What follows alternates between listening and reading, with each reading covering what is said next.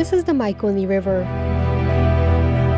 You'll find residents living along its banks.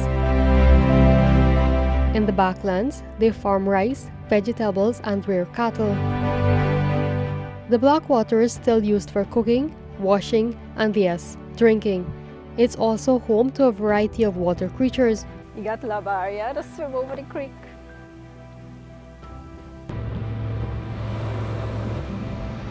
Sita Panchu knows this river all too well. They say, who is the captain? I said, me is the captain. I said, wow, I would go with that boat. When illnesses caused her husband to stop working, she mustered up the boldness to work the river as a speedboat operator to take care of her family. Who better then to take us up the river than Mrs. Panchu?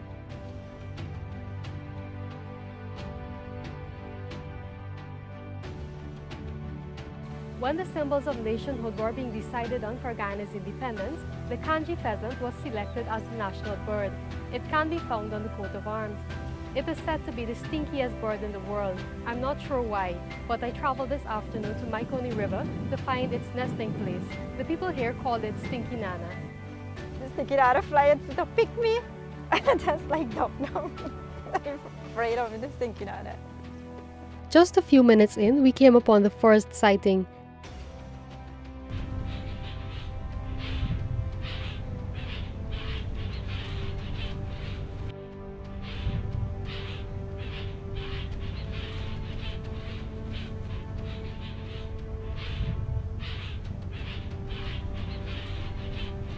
It's not hard to spot these birds along the river. In fact, my trip came along at the right time, in the middle of the nesting season, which is usually from April to September. They nest along the trees along the river banks where they spend most of their lives. They are not known to eat anything but leaves, buds, and fruits. So, why are they called the stinkiest bird in the world?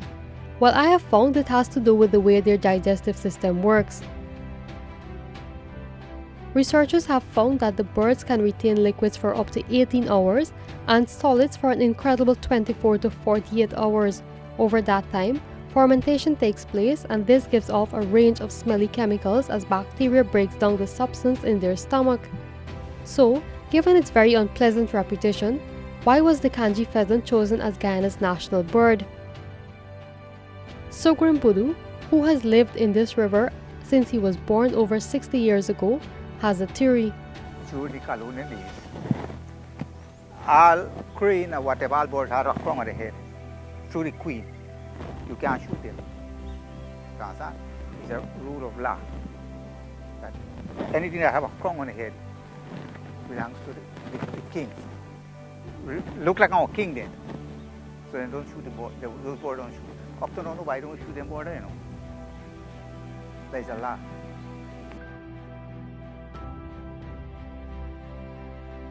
And given the account, the kanji pheasant can live along this river without disturbance. The only pesky ones bothering them are humans with cameras. You know, people love the bird. When you go big, you make it nice. You watch them. Then you got a little baby one also when they sit and lay and hatch. You might get them because no one not eat them. People don't Stinky Nana. This is just one of the rivers you can find the kanji pheasant. But for me, Mahaicony will always be the place I return for a sight of this magnificent and weird, though smelly bird.